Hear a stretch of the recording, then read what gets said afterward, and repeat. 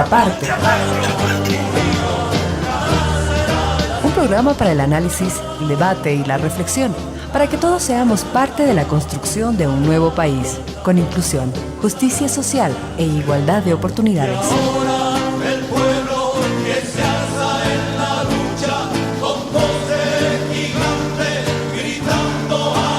Contraparte.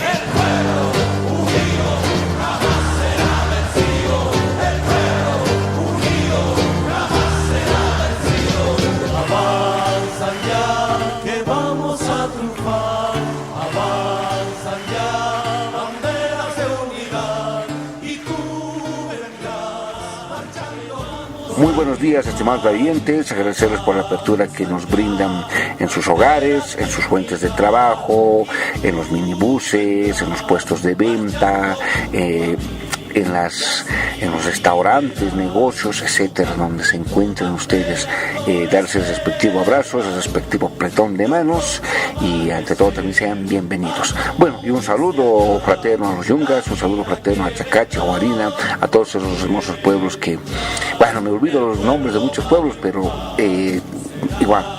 Un saludo cordial y un abrazo fraterno para todos ellos, también a la ciudad del Alto y a la ciudad de La Paz y a las otras ciudades hermanas que también nos escuchan a través de las redes digitales de hoy en día.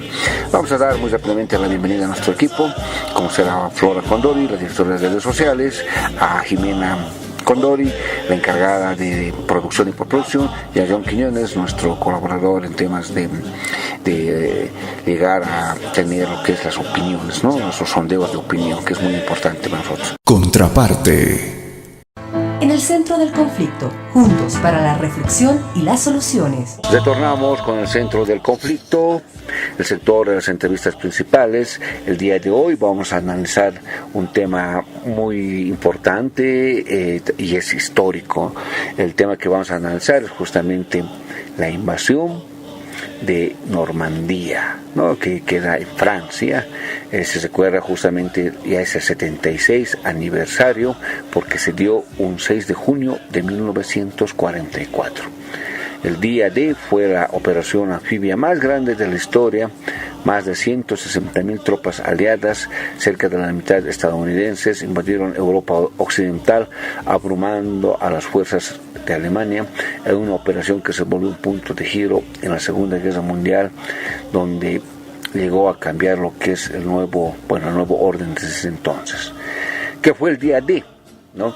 El día D era el término militar para el primer día de desembarco de Normandía.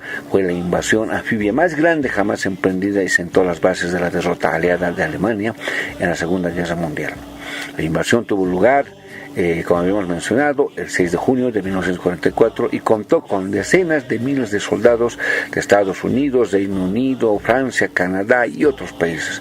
El desembarco ocurrió en 5 tramos de la costa de Normandía, con nombre en código Utah, Omaha, Gold, Juno y Sword. La planificación para el día D comenzó con más de un año de anticipación y los aliados llevaron a cabo importantes engaños militares, con nombres en código Operación Guardaespaldas, para confundir a los alemanes en cuanto a cuánto y dónde se llevaría a cabo la invasión. La operación originalmente estaba programada para comenzar el 5 de junio, cuando se esperaba que la luna llena y las mareas bajas coincidieran con el buen clima, pero las tormentas forzaron a demorar a 24 horas.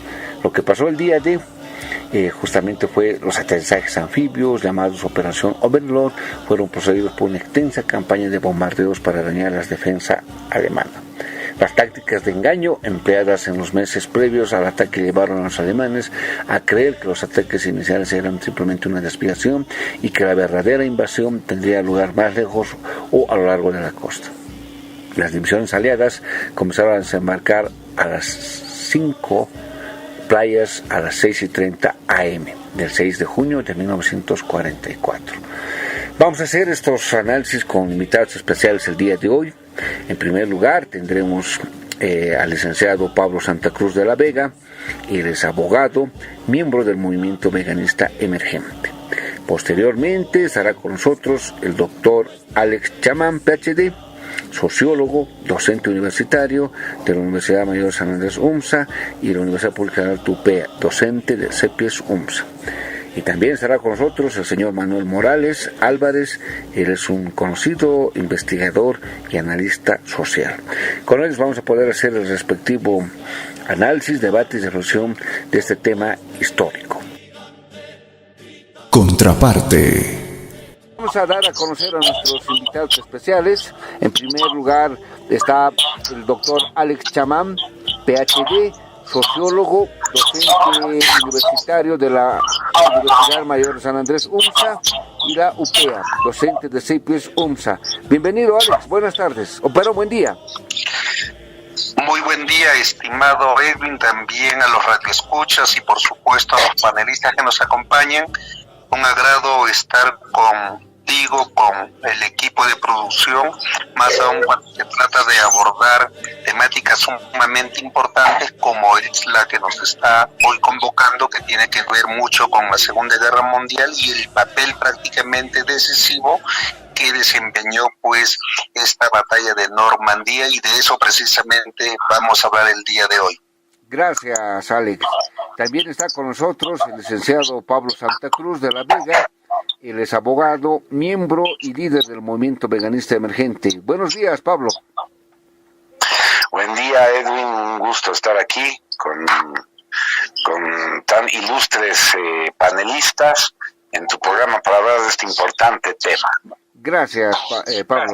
También está con nosotros otro invitado especial, como ser el señor Manuel Morales Dávila. Él es un analista político e investigador social. Buen día, Manuel.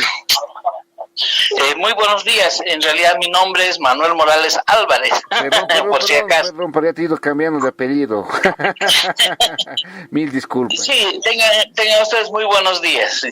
Gracias, Manuel. Bueno, y recordarles a nuestros invitados especiales, como también a nuestros estimados oyentes, que vamos a analizar, debatir y reflexionar este tema como ser el 6 de junio de 1944, se recuerda lo que es el desembarco de Normandía, que muchos analistas dicen, ¿no?, que ha dado ya el comienzo del fin de la Segunda Guerra Mundial. Pero a ver, empezaremos con Manuel.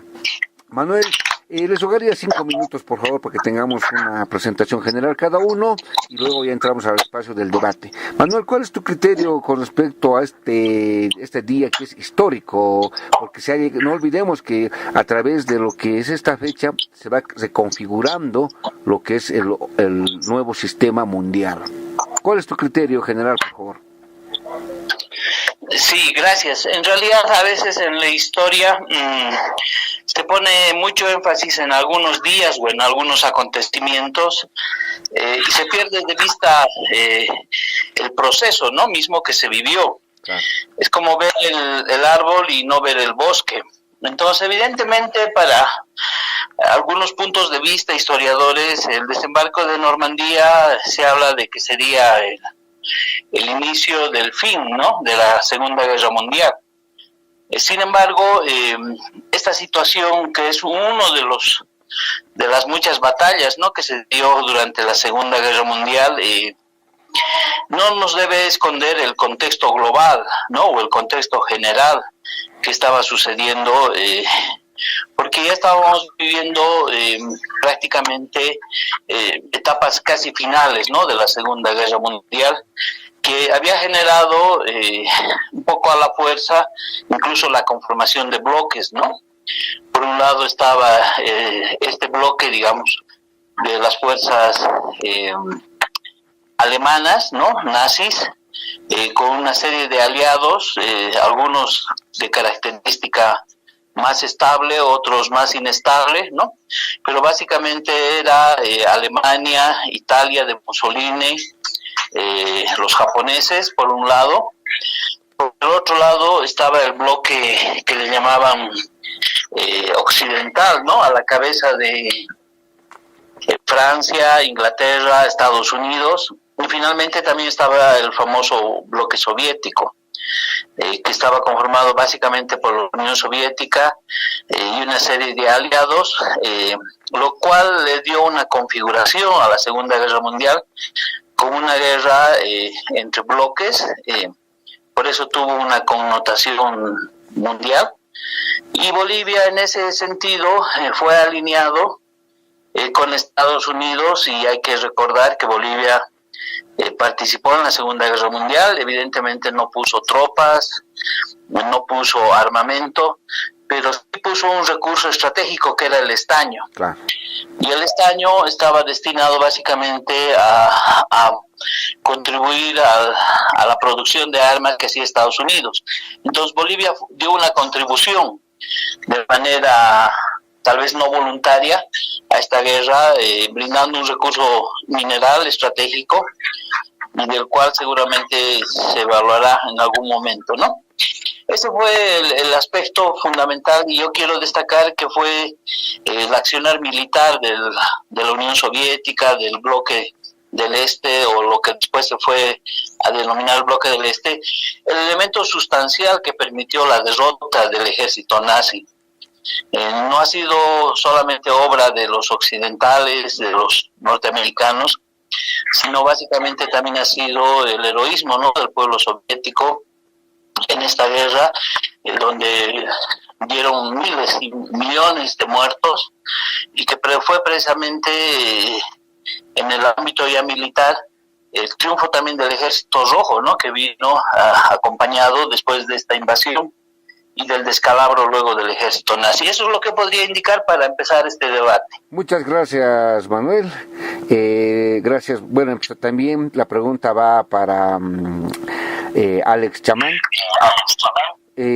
¿Cuál es tu criterio con respecto a esta fecha, con respecto a la configuración mundial y también al aspecto, por ejemplo, de la historia oficial? Tú como sociólogo nos vas a dar mayores luces en ese aspecto. Sabemos que hay una historia oficial donde la conocemos todos, pero también hay una historia crítica y una historia estratégica. Pero en ese marco, ¿cuál sería tu criterio general, estimado Alex? Primero voy a tratar de responder muy puntualmente a la interrogante tuya, estimado Edwin, y luego, considerando de que vamos a tener un buen tiempito, ¿ya?, voy a procurar también ser muy sintético en elaborar muy ilustrativamente todo lo que son los antecedentes para que podamos comprender mejor este importante acontecimiento. Claro. Yo creo que cuando nosotros hablamos, Edwin, de la batalla de Normandía, tenemos que señalar que esta obedeció a una necesidad histórica, a una necesidad política por parte de fuerzas que veían muy en peligro pues sus intereses en todo el sentido de la palabra por parte de esa ofensiva avasalladora del nazismo alemán. Y eso explica por qué en noviembre de 1943, si no me falla la memoria, se reúnen pues los tres grandes líderes que representaban, si se quiere, a las alternativas ante la ofensiva nazi, y me refiero al señor Winston Churchill de Inglaterra, o Gran para ser más exacto, a Roosevelt de Estados Unidos y a Joseph Stalin de la ex Unión Soviética.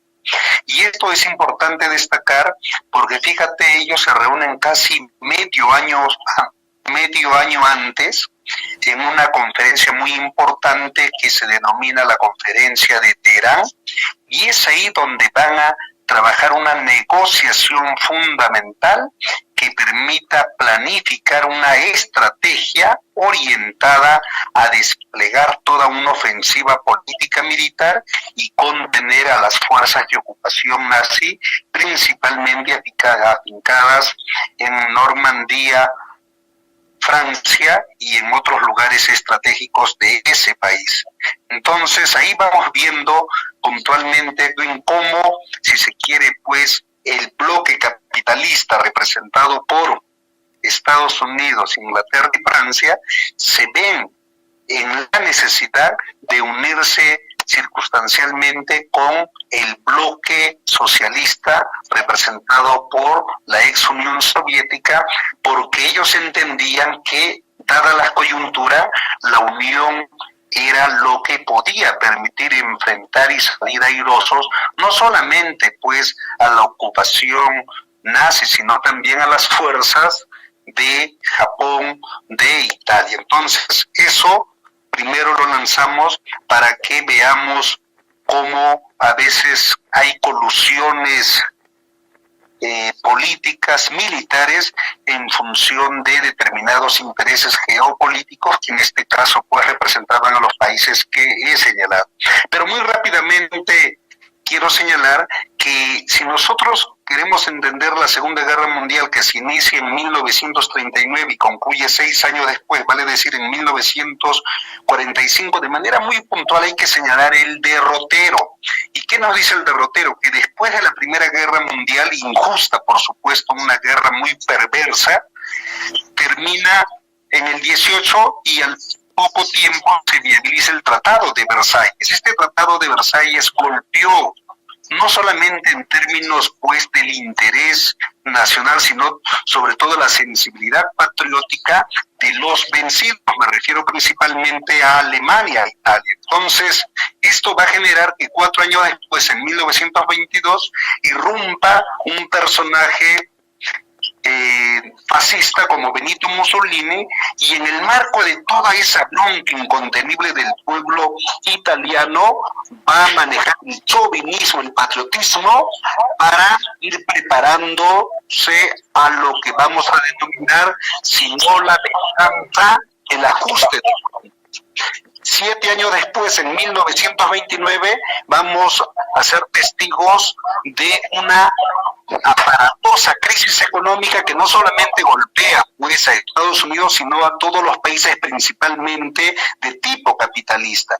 Y esto, sin la menor duda, va a golpear tremendamente, sobre todo a Alemania, y eso va a hacer que internamente emerja la figura de Hitler, y en el marco de su nacionalismo, Alemania comience a explotar todos los elementos patrióticos y de otra índole para recuperarse y crecer. Ya para 1933, el señor Hitler pues prácticamente se hace cargo de lo que es Alemania en términos efectivos y viabiliza toda la dictadura que conocemos del nazismo. 2 años después, en 1935, hace prácticamente lo propio el señor Mussolini, quien dirigía Italia en aquel entonces, y encamina toda una especie de proceso armamentista a más no poder, pero al mismo tiempo ya va tejiendo sus políticas expansionistas. 1 año después, en el 36, tenemos en España una guerra civil española, la cual va a tener intereses muy sensibles y va a estar presente la intromisión no solamente italiana, sino también nazi, porque van a pelear contra todas las fuerzas progresistas revolucionarias y esta guerra civil. Bueno, proseguimos. Entonces decíamos que para entender toda la significación de la batalla de Normandía es necesario que visualicemos de manera muy puntual algunos antecedentes, y en ese entendido señalábamos que por 1936 también en España se desenvuelve una guerra civil entre fuerzas de derecha y fuerzas de izquierda. Se imponen las de derecha gracias al poderoso y efectivo apoyo que tuvieron no solamente de la Alemania nazi, sino de la Italia fascista. En el 37 vamos viendo que Japón también comienza una política de anexión producto de en afanes expansionistas de corte político-militar, y es en el 38 donde España comienza ya de manera muy efectiva una política de invasión, no solamente sobre importantes países como Austria en aquel entonces, sino también otros como Inglaterra y Francia. Y ahí que Estados Unidos va a tomar partido porque va a verse involucrada por los intereses que tiene precisamente en Inglaterra. Y en ese entendido señalamos entonces que esos antecedentes nos permiten comprender cómo se desencadena esta Segunda Guerra Mundial, y dentro de esa Segunda Guerra Mundial, el día de hoy nos ocuparemos analizando todo lo que ha significado pues la batalla de Normandía, también famoso día D, pero lo vamos a ir interrelacionando con algunas causas y características de todo lo que ha significado el desarrollo de esta segunda injusta guerra mundial, guerra de rapiña, guerra entre potencias capitalistas o potencias imperialistas que buscaban reposicionarse geopolíticamente y apropiarse no solamente de recursos naturales, de mercados mundiales, sino fundamentalmente erigirse como potencias o superpotencias. Gracias, Alex. Pablo Santa Cruz, en ese aspecto también del día D, ¿cuál es tu criterio general, Pablo? Bueno, Edwin, hay que, circunscribirse un poco a lo que fue y representó para los hechos de la Segunda Guerra Mundial el desembarco de Normandía, o llamado Día D, en clave. Bueno, los interlocutores han puesto sobre la mesa algunos datos importantes, como por ejemplo que ya se había acordado entre Roosevelt y Stalin que era necesario que se abra un frente más grande para menguar fuerzas alemanas del frente del este, porque los soviéticos ya no podían aguantar más.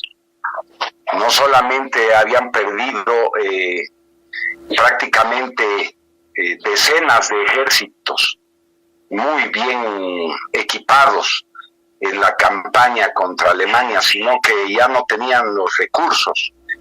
Y desde 1942 Estados Unidos se convirtió en un pilar para poder hacer llegar a los rusos, a los soviéticos, material de guerra, alimentos, fábricas enteras para que produzcan tanques, aviones, inclusive modelos de aviones muy avanzados fueron entregados a los soviéticos para que pudieran aguantar el paso del ejército alemán y tratar de impedir que los alemanes lleguen a Moscú, en principio, y después lleguen al Cáucaso, donde estaban todas las reservas petrolíferas más grandes, entre las más grandes del mundo.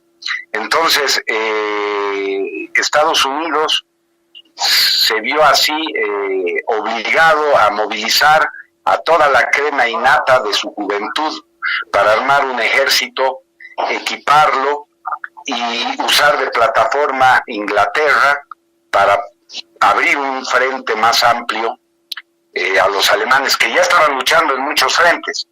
Ya la aviación de Roosevelt y Churchill estaban bombardeando a Alemania de manera ininterrumpida. Poblaciones civiles eran los blancos de ambas fuerzas aéreas en un crimen de lesa humanidad que no tiene nombre. Y los alemanes tenían 2/3 partes de sus fuerzas luchando contra un ejército soviético muy superior en materia de efectivos. Eran muy superiores en número, eran muy superiores en recursos materiales con la ayuda de Roosevelt, pero aún así no podían vencer al ejército alemán y sufrían cuantiosas pérdidas en las batallas porque se enfrentaban a un ejército alemán muy bien entrenado, muy bien capacitado y políticamente formado para enfrentarse a todo lo que representaba una lucha completamente y total y absolutamente antagónica contra un enemigo como el comunismo marxista, que por ese tiempo estaba pues atravesando una crisis que se veía amenazado porque podía ser totalmente destruido por Alemania. Entonces se moviliza una fuerza impresionante de 5 millones de hombres para acometer la tarea de desembarcar en Normandía. No se destina una marina, unas fuerzas navales extraordinariamente grandes como nunca se han visto. Estamos hablando de 5,000 barcos que participan en la operación. Estamos hablando de 20,000 aviones de guerra. Sí, es una fuerza descomunal contra la que los alemanes no tenían mucho que oponer porque 2/3 partes de sus fuerzas estaban en el frente del este. y tan solo unas cuantas divisiones estaban en Francia. Entonces era una crisis terrible para los alemanes ver cómo iban a detener a estos poderosos enemigos que ya se veía venir que iban a desembarcar en Francia. No se sabía si en el paso de Calais o en Normandía. Hitler intuyó que iba a ser en Normandía y tuvo una pugna con sus generales en ese sentido para poner las reservas a disposición de los frentes justo en ese sector. Lamentablemente, los generales alemanes no le hacían mucho caso a Hitler. Entonces hubo una desincronización, ¿no? Hubieron órdenes y contraórdenes en el tema de evitar el desembarco. Aún así, los aliados estuvieron a punto de ser echados al mar en el día D. Recordemos que en Omaha Beach, que es una de las 5 playas que estaban destinadas al desembarco, casi son repelidos al mar, si no fue porque los alemanes realmente tenían muy pocas reservas estratégicas para poder rechazar el desembarco. Entonces, ante este panorama, tengo que entrar en antagonismo con los anteriores panelistas, porque si no hubiera sido el desembarco de Normandía y Alemania hubiera tenido esas divisiones que usó después para tratar de detener a los aliados en el frente occidental, muy posiblemente el curso de la guerra hubiera sido diferente y Alemania tal vez hubiera destruido al comunismo marxista. Entonces, no hay que despreciar lo que ha sido Normandía. Estamos hablando de que después se instaura un frente en Francia con 5 millones de soldados aliados fresquísimos contra muy pocas divisiones alemanas que logran detenerlos durante casi un año, ¿no? Casi tuvo que pasar un año para que los aliados pudieran llegar a las fronteras del Reich.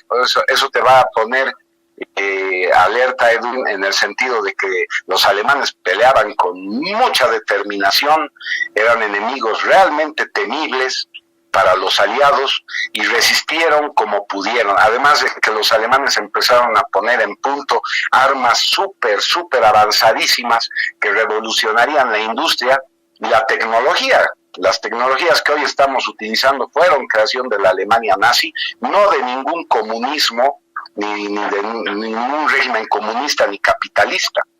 Entonces aquí quiero hacer esta acotación: el capitalismo y el comunismo son 2 caras de una misma moneda y dirigidos por el mismo amo internacional llamado sionismo. Los judíos, dueños de la banca internacional. No estamos hablando aquí del judío de clase media, el judío promedio que vive en Israel, no. Estamos hablando de una casta de banqueros internacionales que ocasionaron ambas guerras mundiales para lograr el control financiero e imponer su modelo económico, el modelo económico capitalista que hoy rige el mundo, ¿no? Con los empréstitos, las deudas y los intereses compuestos a las naciones. Eso fue impuesto en la Segunda Guerra Mundial por estos banqueros que la promovieron. Gracias. Entonces hay que decir la verdad en todo esto, Edwin, porque es importante hacer un revisionismo histórico. No es achacarle a Alemania también afanes expansionistas, como se le achaca, porque Alemania no ocasionó la Segunda Guerra Mundial. La invasión a Polonia, mal llamada invasión, fue porque estaban asesinando alemanes étnicos en territorios que eran de Alemania y fueron quitados a Alemania por el Tratado de Versalles y dados a Polonia, y donde vivían 6 millones de alemanes étnicos en esos territorios que empezaron a ser masacrados días antes de la Segunda Guerra Mundial, justamente para provocar la guerra. Hitler tuvo que hacer una invasión punitiva a Polonia para parar estas masacres, y con esa excusa Francia e Inglaterra le declaran la guerra. Entonces no hay aquí nada de eso de afanes expansionistas del nazismo y todo lo que se le quiera achacar a Alemania. Hay que hacer una revisión muy exhaustiva de la historia, y con eso acaba esta primera participación. Gracias, Pablo. Manuel, bueno, entramos a lo que es ya el segundo espacio del debate, si es que hay ideas contrapuestas, porque se trata de eso, de que enriquezcamos el tema. Manuel, en ese contexto, ¿cuál es tu punto de vista? ¿Será que la Primera Guerra Mundial ha dado, por ejemplo, muchos cambios alrededor del mundo? ¿O será que, como la historia oficial lo dice, que Alemania ha sido el causante de la Segunda Guerra Mundial? ¿O cuál es tu criterio, Manuel?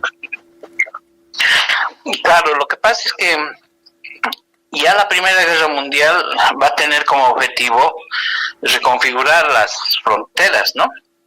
Entonces fue una guerra evidentemente que se desarrolla sobre todo centrada en Europa, pero cuyos objetivos eran modificar las fronteras y generar nuevas estructuras, digamos, nacionales. Por eso es que la Primera Guerra Mundial realmente se va a dar entre países, muchos de los cuales pierden territorios, pierden soberanía y otros amplían, digamos, su área de influencia. La Segunda Guerra Mundial sigue en ese marco, en esa línea, donde el capitalismo en diferentes países lo que buscaba era la ampliación de su hegemonía, pero hay un aditamento que hay en la Segunda Guerra Mundial que es muy importante y que probablemente supera en ese sentido a la Primera Guerra Mundial, y es el tema ideológico. Y en la Segunda Guerra Mundial hay detrás una ideología específica, que es el fascismo o el nazismo, como quiera que se lo denomine, en términos generales estoy hablando, que va a ser una crítica evidentemente al capitalismo, pero sin que esa su crítica al capitalismo signifique la instauración alternativa de otro modelo, de otro sistema. Y evidentemente en la Segunda Guerra Mundial el fascismo va a tener también, aparte de hacer una crítica al capitalismo, va a tener también una crítica a lo que en ese momento emergía en el mundo, que era el socialismo. No solamente con revoluciones ubicadas en determinados países, sino como un modelo antagónico al capitalismo. Entonces, ya en la Segunda Guerra Mundial hay detrás de esto toda una trama ideológica. Por eso es que se puede hablar de que la derrota de un bloque u otro bloque era al mismo tiempo la derrota de una visión ideológica. Y lo que ha sucedido en la Segunda Guerra Mundial, para que los oyentes también puedan tener un poco de contexto, es la derrota del fascismo. Pero no solamente ha sido la derrota militar o económica, sino que ha sido en el fondo también la derrota ideológica del fascismo. Porque cuando hay procesos de lucha armada, de lucha violenta, el que gana prácticamente gana en el terreno militar, en el terreno económico, gana en la reconfiguración del espacio geográfico, geopolítico, pero también gana en el aspecto ideológico. Aunque las batallas ideológicas posteriormente a la guerra o a los resultados de la guerra sigan sonando como ecos, ¿no? Como ecos de una confrontación ideológica, pero que en el terreno militar, en el terreno fáctico, fueron ya definidas. Entonces, ¿qué significaba el triunfo del fascismo, del nazismo? Hubiera significado también el desarrollo del capitalismo, solo que no en otra de sus versiones, la versión armada, la versión expansionista, la visión que planteaba al mundo que podía construirse un nuevo sistema, evidentemente crítico a este financiamiento o sistema financiero sionista, judío, lo que se llame, pero en el fondo significaba también la ampliación de una visión del mundo centrada en un modelo étnico, ¿no? La superioridad de la raza aria o la superioridad del proyecto que encarnaba Mussolini, ¿no? Para colonizar al resto de los países. Por eso es que Japón también se alía, pues, ¿no?, con Alemania e Italia, porque Japón también tenía un objetivo militar, expansionista, de tipo imperialista, podríamos decir, para el Asia. Entonces, evidentemente, Japón también invade China e invade una serie de otros países aledaños al Japón, enfrascado en esta visión de que la guerra les permitía conquistar nuevos mercados, les permitía ampliar la producción capitalista.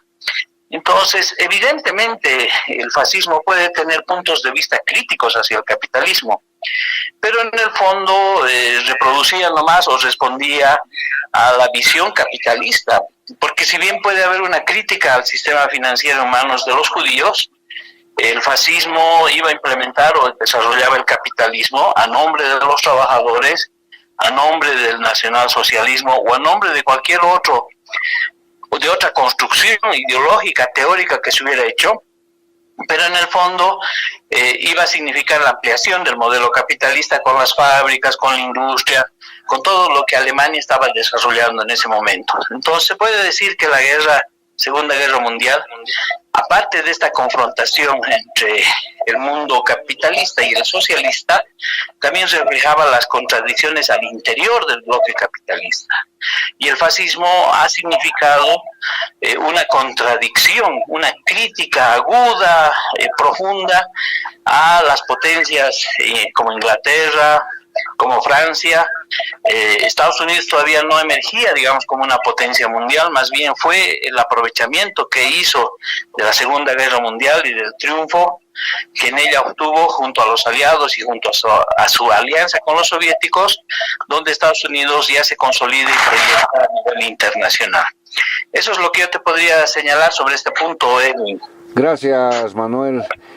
Alex, en ese contexto que ya estamos en el del debate, ¿será que, por ejemplo, Alemania, en ese contexto, después de la Primera Guerra Mundial y el Tratado de Versalles que ya se explicó, de alguna manera estaban demostrando que su sistema económico era diferente, por ejemplo, al sistema del capitalismo, porque ellos estaban, en ese momento, lo que usaban era el patrón trabajo? Y en ese contexto estaban rompiendo ese esquema ya conocido, ¿no? Y hasta ahora incluso. ¿Cuál es tu criterio, Alex? Cuando nosotros hablamos del capitalismo, tenemos que destacar muy puntualmente que su punto de partida, de desenvolvimiento y de llegada es la propiedad privada. Propiedad privada sobre todo aquello que sirve para viabilizar producción de bienes y o servicios. La pregunta es, en Alemania, en Italia. Estoy en una entrevista ahorita. Decía que la pregunta es si en Alemania y en Italia prevalecía o no prevalecía la lógica económica del capitalismo. Por supuesto que sí. Existían relaciones sociales de desigualdad que expresaban en mayor explotación económica y mayor opresión social y política. En Alemania, con el ascenso de Hitler y lo propio en Italia con el ascenso de Mussolini, el poder se concentró en tan pocas manos que viabilizaron una agresiva política capitalista expresada en su lógica de la acumulación del capital. ¿Y cómo se acumula pues capital? Con mayor explotación de la fuerza de trabajo, apropiándose de la misma mediante la plusvalía. Eso hay que entenderlo bien. Por tanto, Alemania e Italia eran países capitalistas que renacían como ave fénix después de haber sido pues aplastadas política y militarmente en la Primera Guerra Mundial. En esa lógica comienzan a explotar el chauvinismo, el patriotismo, que en definitiva es reaccionario, porque favorece solo a ciertos grupos de poder y no así a toda la población en general, y eso nos hace ver que su crecimiento desmedido los llevaba a una autarquía económica, es decir, que ellos se valían por su propio autosostenimiento. Y ahí comienzan no solamente a explotar pues a las masas trabajadoras, sino también, si se quiere, a otros sectores importantes de migrantes, particularmente los judíos. A eso habría que agregarle de que requerían pues expandirse. Y si uno en estos momentos ve el mapa mundi, va a ver que tanto Italia como Alemania y Japón de Yapa no tienen cada uno de estos países ni siquiera la mitad del tamaño del territorio de Bolivia. Son países pequeños territorialmente, son países en cuanto a recursos naturales pobres, si se quiere. Entonces, eso primero para desvirtuar alguna otra, si se quiere, pues caracterización que no viene al caso. Pero aquí tenemos que entender que cuando nosotros hablamos de la Segunda Guerra Mundial y particularmente de todo lo que ha representado la batalla de Normandía, hay que señalar a modo de aclaración que por los 1920, 30, 40 se ha desenvuelto a nivel planetario con mucho auge lo que es el sistema capitalista, y prácticamente todos los países que fueron envueltos en esa guerra han sido países capitalistas, a excepción de la Unión Soviética de aquel entonces. ¿Y cuál es la lógica, una vez más repetimos, del capitalismo? Es la apropiación de la riqueza, la explotación, la opresión, sino que en el caso de Alemania e Italia era un capitalismo, si se quiere, ultra reaccionario, ultra conservador, y pretendían erigirse como superpotencias, desplazando a sus eventuales contrincantes, como eran franceses, eran los británicos, pero principalmente estadounidenses. Entonces, eso también hay que entenderlo. Ahora, yo creo que cuando hacemos un análisis de este tema y de otros, tenemos que ser lo más serios posible para utilizar conceptos y categorías apropiadas. Tenemos que ser responsables ante la radioescuchas y también en nuestros análisis. Y eso lo digo de manera muy fraterna, porque no es correcto, pues, estar diciendo, como lo dice Pablo, comunismo marxista. Nunca ha habido comunismo en el planeta Tierra durante el siglo XVIII, XIX, XX y XXI.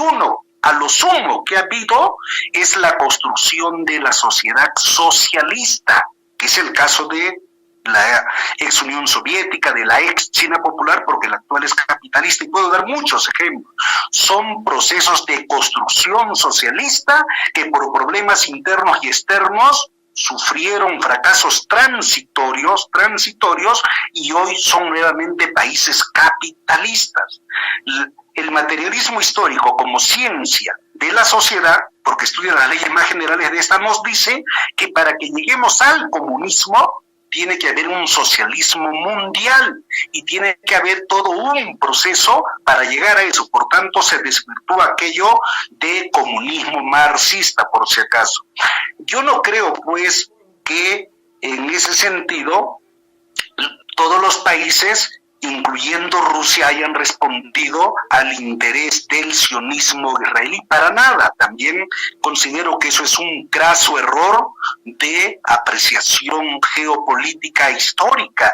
Lo que hay que señalar muy puntualmente es que dentro del modo de producción capitalista que hasta el día de hoy prevalece en el planeta Tierra, se han gestado importantísimas luchas de los trabajadores, particularmente de los obreros, y gracias a que ellos han habido conquistas que hasta el día de hoy son muy valiosas, como derechos laborales, llámese aguinaldo, llámese vacaciones, llámese pues las 8 horas, llámese, si se quiere, pues seguridad social, etcétera, etcétera.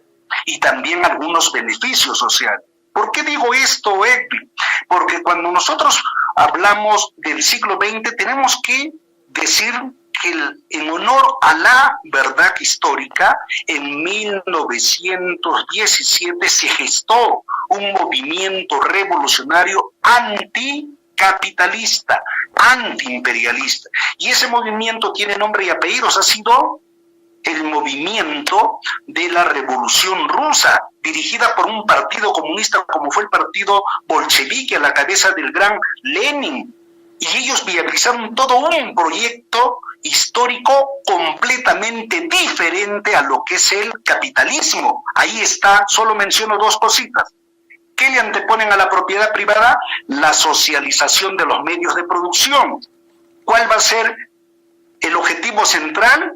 Muy a pesar de que habían enemigos internos y externos, se viabiliza todo un proceso de industrialización cuyo objetivo central era el bienestar de la humanidad, pero particularmente en ese caso de la población rusa, muy puntualmente.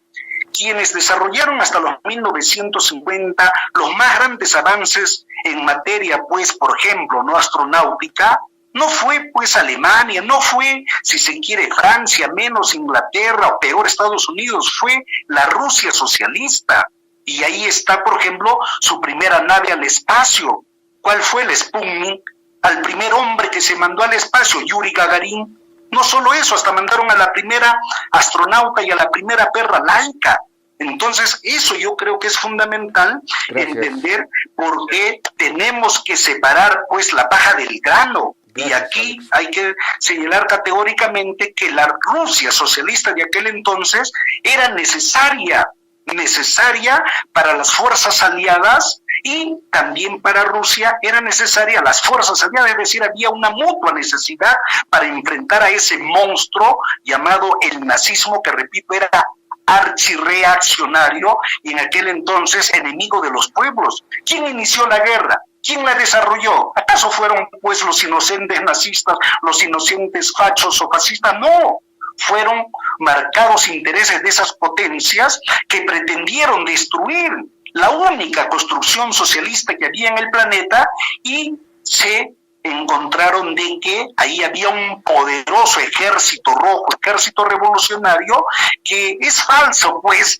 que se haya nutrido bélicamente de los estadounidenses, es una completa falsedad. No, desde los 1930 los rusos comenzaron a viabilizar una política de industrialización bélica porque sabían que tenían enemigos externos. Entonces eso también hay que entenderlo para no desvirtuar, para no sesgar, no falsear la historia.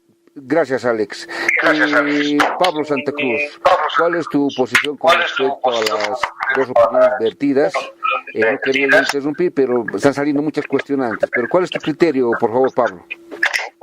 Bueno, primero, Edwin, hay que decirle al señor que acaba de hablar que él es el que está cometiendo las aberraciones de distorsionar la historia más grandes que yo haya escuchado. Él es el irresponsable que está desinformando a la gente por una cerradez mental y un fanatismo en el materialismo marxista. Entonces, al señor hay que decirle que, primero, él no es judío, no tiene por qué ofenderse, es boliviano. ¿Ya?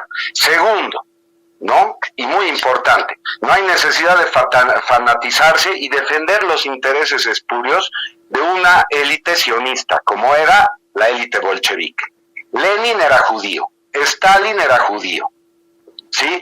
El mismo Carlos Marx era judío, Engels, todos eran judíos, sostenidos y financiados por los más grandes capitalistas.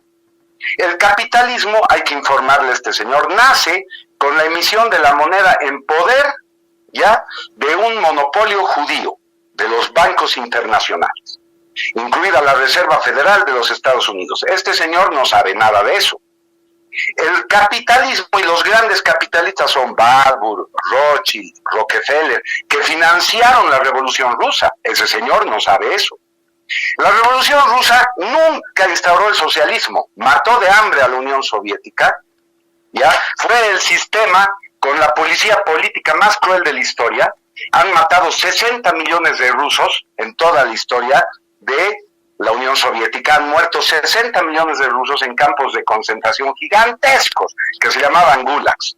Los ejecutaban con pistola o con tiro en la nuca. Entonces, ha sido el régimen más criminal de la historia de la humanidad, el régimen comunista de la Unión Soviética, comunista, porque el único socialismo que se ha impuesto en el mundo y el único socialismo que ha funcionado ha sido el socialismo alemán de la Alemania nazi.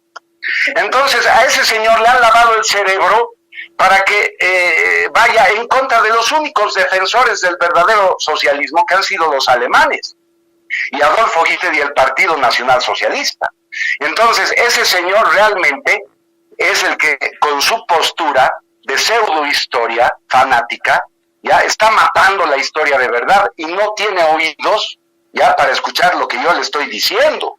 Y cómo estoy esclareciendo a la gente que el comunismo es una conspiración del sionismo para destruir naciones, como destruyeron la Rusia zarista, que hasta que llegó la Unión Soviética y los soviets al poder, era una potencia a nivel planetario, la Rusia zarista. Después, la Unión Soviética entró en las hambrunas más grandes que uno se puede imaginar. Kaganovich, mano derecha de Stalin, judío, mano derecha y compañero de Lenin, judío, fue el que ocasionó una hambruna provocada en Ucrania, matando 6 millones de personas de hambre. Entonces este señor nos quiere mamar, disculpen la palabra, a todos con su discurso comunista.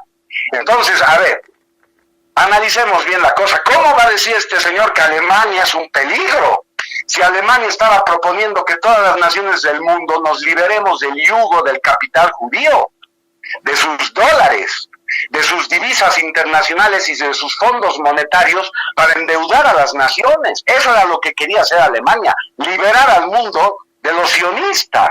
¿Y cómo va a decir que Israel geopolíticamente no intervino? Y no, o sea, este señor no sabe historia, este señor es un completo ignorante. Yo le invito, por favor, Edwin, a leer pues libros realmente serios, señor. Le recomiendo Derrota Mundial de Salvador Borrego Escalante. Este señor ha escrito 130 libros, no sé cuántos habrá escrito usted, pero le aconsejo leer pues un poquito de otras cosas, no de lo que nos pinta el sistema. El comunismo sirve para empobrecer a las naciones, para que suba un régimen de derecha capitalista liberal que la endeude a los judíos. Por eso los judíos han inventado el comunismo, con una teoría que no sirve. Este señor se olvida, por ejemplo, al decir de los adelantos tecnológicos, que los rusos robaron toda la tecnología alemana de la Segunda Guerra Mundial y se la llevaron a la URSS para probar la cohetería, para probar los aviones a reacción. Los primeros cohetes pues de la historia no han sido rusos, señor, ni soviéticos, han sido alemanes. Lea un poco de historia, no sea fanático. Igual los primeros aviones a reacción. Entonces, ¿de qué me están hablando? O sea, ¿usted cree que me van a lavar el cerebro como usted lava el cerebro a esos pobres alumnos a los que le enseñan mentiras en la universidad? Eso se acabó, pues, señor. Habemos muchas personas despiertas aquí, que ya sabemos lo que ha pasado y cuál es el verdadero enemigo de las naciones. ¿Cómo va a decir este señor que Alemania y Japón querían expandirse? Porque sí, porque son chiquititos. Pero si estamos analizando el Tratado de Versalles, que ha sido la causa de que Alemania caiga en la bancarrota, por las indemnizaciones injustas que se le pedían y porque desmembraron su territorio. Entonces lo que hizo Hitler fue recuperar esos territorios sin disparar un solo tiro. Tuvo que invadir Polonia porque estaban matando alemanes étnicos. Vea a este señor y lea sobre la matanza de Bromberg. 60,000 civiles alemanes asesinados, descuartizados, quemados, destripados. Es el peor crimen que se cometió contra una sociedad civil indefensa en la historia. Lo han borrado de la historia. ¿Quiénes? Los que hacen la historia como usted, los que la distorsionan, los que mienten. Entonces, señor, póngase pues las pilas. ¿Quiere ser socialista? Averigüe qué era lo que quería hacer Adolfo Hitler, que instauró un socialismo poderoso, un socialismo además auténtico en la Alemania nazi. ¿Ya? ¿Cómo con la lucha de clases y cómo con la división de clases puede haber socialismo? ¿Qué es lo que propone el comunismo? En la Alemania nazi no habían estas divisiones de clases, Hitler las abolió. Por eso se instauró el socialismo, y usted podía ver a un burgués multimillonario aristocrático estudiando en una nápola, ya, un colegio especial de los nazis, con un campesino. Y se hermanaron las clases sociales en la Alemania nazi. Entonces, ¿usted de qué está hablando al desinformar a la gente así? Con ese fanatismo, ese dogma comunista. A usted lo ha poseído un demonio. Porque este demonio posee a mucha gente que quiere instaurar el comunismo al estilo soviético maoísta en todo el mundo. Y usted dice que la Unión Soviética no ha sido imperialista y no ha sido también invasora. Pero señores, veamos lo que ha hecho el comunismo, cómo ha instaurado la guerra de guerrillas en todas las naciones del África, en muchas naciones del Asia, y ha ocasionado más muertes. Se calcula que son 120 millones de muertos que ocasionó la utopía marxista. Entonces, ¿de qué están hablando? Por eso yo les digo, señoras y señores, aquí tenemos que hacer un análisis realmente serio, porque tenemos que descubrir al enemigo de nuestras naciones. Entonces, ¿por qué? ¿Quiénes son realmente los judíos? ¿Y cuál es la dinámica del pensamiento judío en todo este asunto? Es importante. Ese señor lo pasa por alto, absolutamente. Hay muchos comunistas, y le digo a este señor, que están despertando ahorita en Rusia. Por ejemplo, lea un poco de Alexander Dugin, ¿ya? Cómo ha empezado a darse cuenta de estas verdades que yo estoy hablando, y el comunismo está virando ya a un socialismo y se está acercando al nazismo. Eso está pasando ahorita en Rusia y también está pasando en China, porque se están dando cuenta de que todo lo que nos había contado la historia oficial de Dugin era mentira. Entonces aquí estoy poniendo, además con chuis y con información, con nombres, históricamente, Estoy poniendo las cartas sobre la mesa. No soy un irresponsable, como me llama ese señor. El hecho de que ese señor desconozca lo que yo digo, no me hace pues a mí responsable, sino a ese señor, porque no sabe de lo que estamos hablando aquí. Entonces es un fanatismo por una ex Unión Soviética que ya no existe. Ya no existe. Se murió la Unión Soviética, ustedes lo saben, con la perestroika, en la época de Gorbachov. Se la cedieron al capitalismo, porque finalmente el comunismo siempre mamó, de mamar, le digo, de chupar la teta del capitalismo. Eso ha sido siempre el comunismo, un invento del capitalismo para engañar a señores como este, dividir a nuestras naciones. Tiene el cinismo de llamar al patriotismo chauvinismo, pero ¿qué le pasa? Quiérase un poco. Tenemos que ser bolivianos para salir, caramba, de esta crisis en la que estamos. ¿Y quién ha sumergido a las naciones en esta crisis de identidad? Porque el nacionalismo es malo, entre comillas. Los comunistas. Vean lo que está pasando ahorita en Estados Unidos. A ver, hablemos de eso. ¿Qué está pasando ahorita en Estados Unidos? ¿Por qué ese estallido social? ¿Quién es el culpable de todo eso? ¿Quién está atrás? Quiero oír la opinión de mis interlocutores en este sentido. A ver qué tan orientados están. Gracias, Pablo. Bueno, Manuel, aspecto, no sé si responderle a... Sí, gracias por darme la palabra. Claro, ya lo conocemos al señor Santa Cruz, ¿no? No es la primera vez que, por lo menos yo personalmente, he asistido a un debate y siempre comete esos errores, esa falta de respeto a los otros interlocutores. Pero bueno, como ya lo conocemos, o sea, tampoco vamos a decir que somos ingenuos en este momento, ¿no? Sin embargo, lo que él dice con mucha falta de respeto, con muchos adjetivos, también pues él, no también, sino él comete una serie de sesgos, de equivocaciones conceptuales, porque él piensa que con una lógica discursiva va a poder desarmar o va a poder echar por tierra lo que se ha venido diciendo en el programa. En primer lugar, realmente comete errores imperdonables, ¿no? De tipo conceptual, de todo tipo, al hacer una afirmación tan irresponsable, tan ligera, tan falta de información, como decir que el capitalismo ha emergido de los judíos. O sea, realmente el señor entonces no sabe lo que es el capitalismo. El capitalismo no ha emergido de la voluntad de un grupo de personas judías.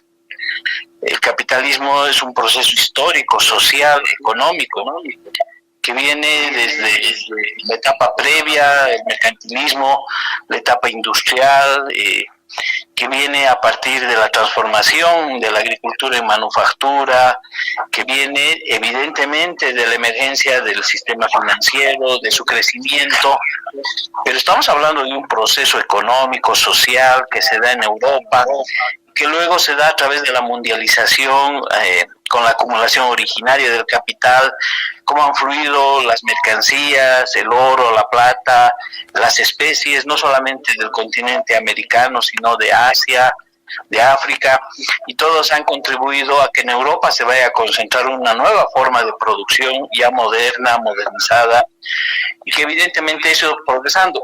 Que ahí adentro hay un sistema financiero es evidente, está la banca. Que ahí adentro haya sectores étnicos o gente judía es evidente.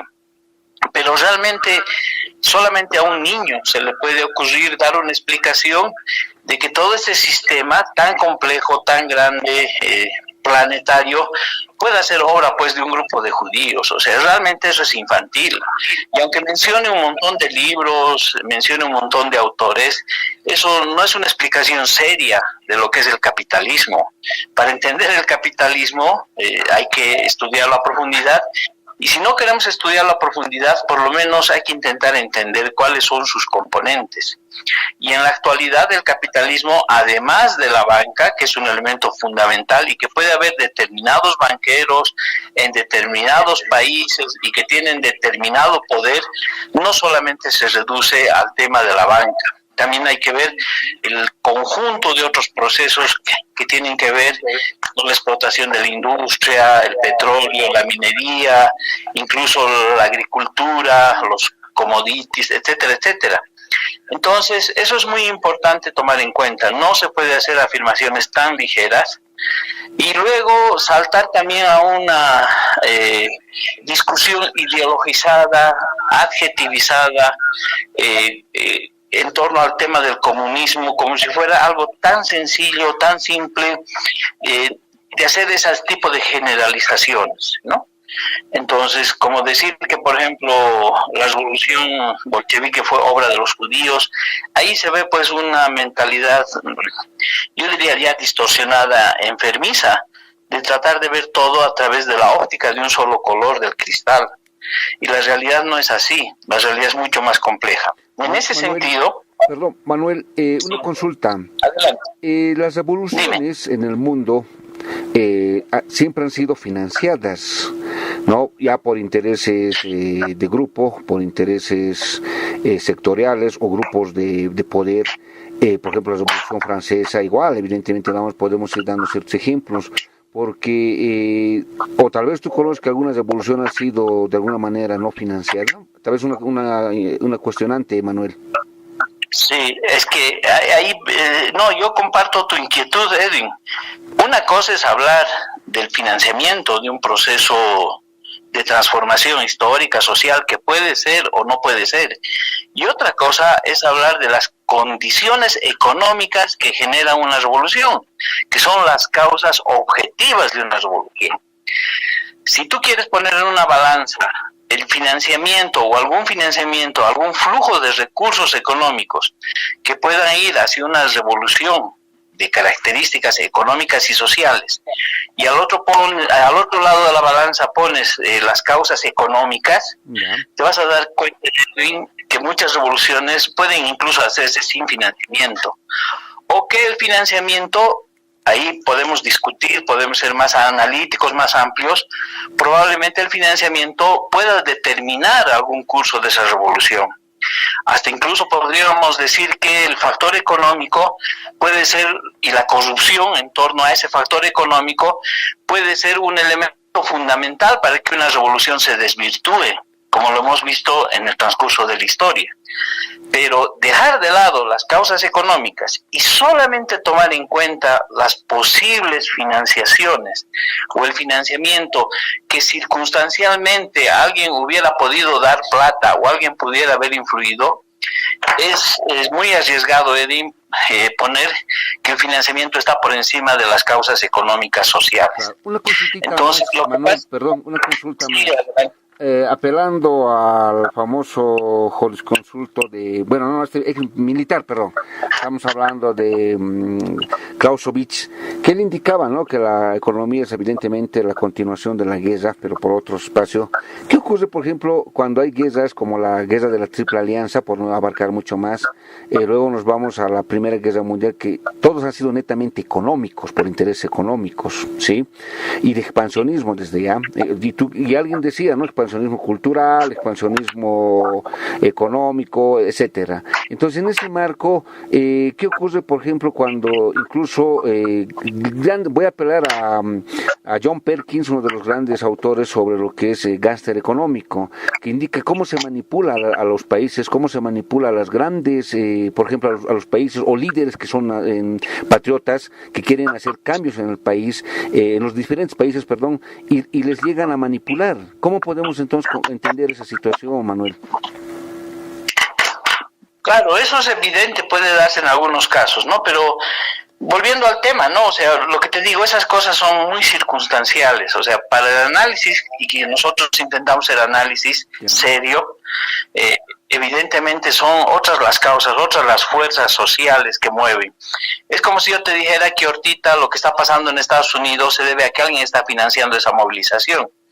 O lo que ha pasado en Bolivia con la caída de Evo Morales, que ha habido un financiador por detrás, que ha manejado detrás del escenario como si fueran el resto de la gente unos títeres y alguien que estuviera manejando. Eso puede darse, pero también puede no darse.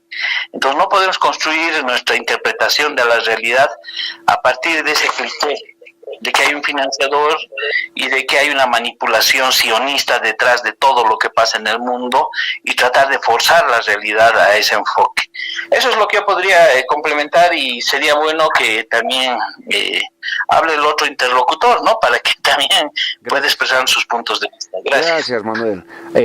Alex, en ese criterio también, bueno, a ver cuál es tu criterio general con respecto a lo que el tema del día D, ¿no? Estamos en ese contexto, Alemania, Japón, Italia, ¿no? Por un lado, por otro lado los otros países, ¿no? Entonces, bueno, una situación muy crítica, pero a ver cuál es tu criterio.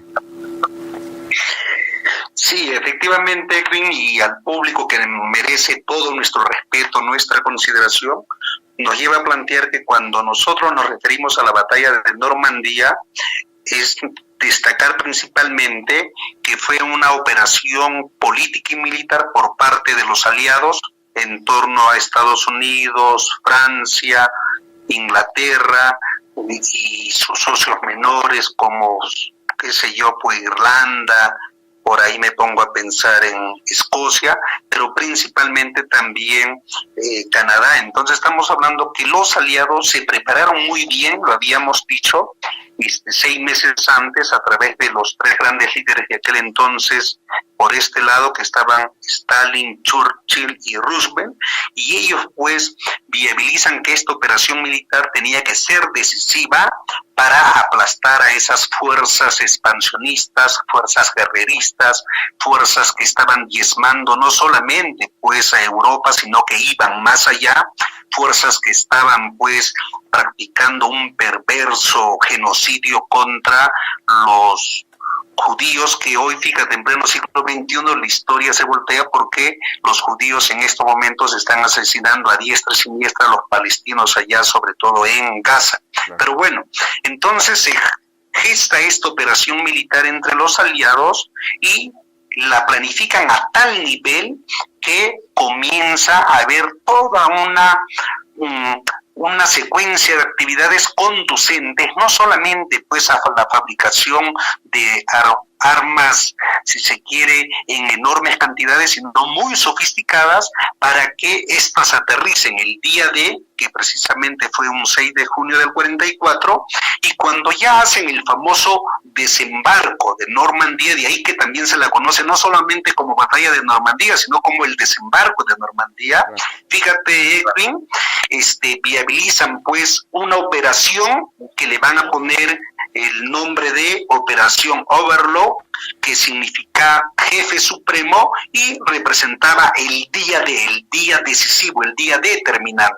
Y esto es importante porque logran mover ingentes cantidades de recursos humanos y logísticos, y a la medianoche del 5, ya para iniciar el 6, desembarcan no solamente pues Edwin 200,000 soldados, sino también 50,000 vehículos militares, tanquetas y otro tipo de vehículos, casi 10,000 aviones, 5,000 buques de guerra muy bien pertrechados, y quien va a liderizar todas estas fuerzas va a ser precisamente un general estadounidense, merced a que la mayoría de los militares, la mayoría de la tropa y la mayor cantidad de los insumos o pertrechos militares eran estadounidenses. Habían 100,000 soldados estadounidenses, la historia refiere que habían 58,000 británicos y 17,000 canadienses. Eso es importante destacarlo, Edwin, porque van a emplear, ojo con esto, van a emplear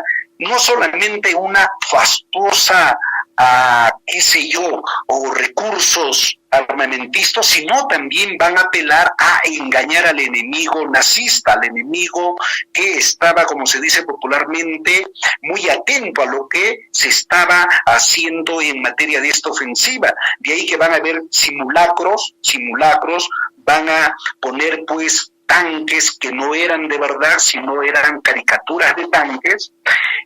También van a crear falsas noticias, lo que hoy conocemos como las fake news, para malinformar al enemigo y hacer que Claro, efectivamente, todo en realidad fue un poderoso y efectivo sistema que logró engañar al régimen nazista, que dicho sea de paso ya estaba en retirada porque el poderoso ejército rojo revolucionario ya los habían derrotado meses antes en la batalla de Stalingrado en sus vanos intentos de querer destruir la construcción del socialismo. Y ahí, Edwin, también hay que agregar que esta batalla de Normandía tiene una característica interesante que hoy por hoy juega un papel importante en nuestra vida diaria, como son las telecomunicaciones, el internet. En aquel entonces, por supuesto que no había internet, pero ¿qué es lo que lograron todas estas fuerzas aliadas? Destruir los sistemas de comunicación alemanes, de manera tal que los aislaron comunicacionalmente,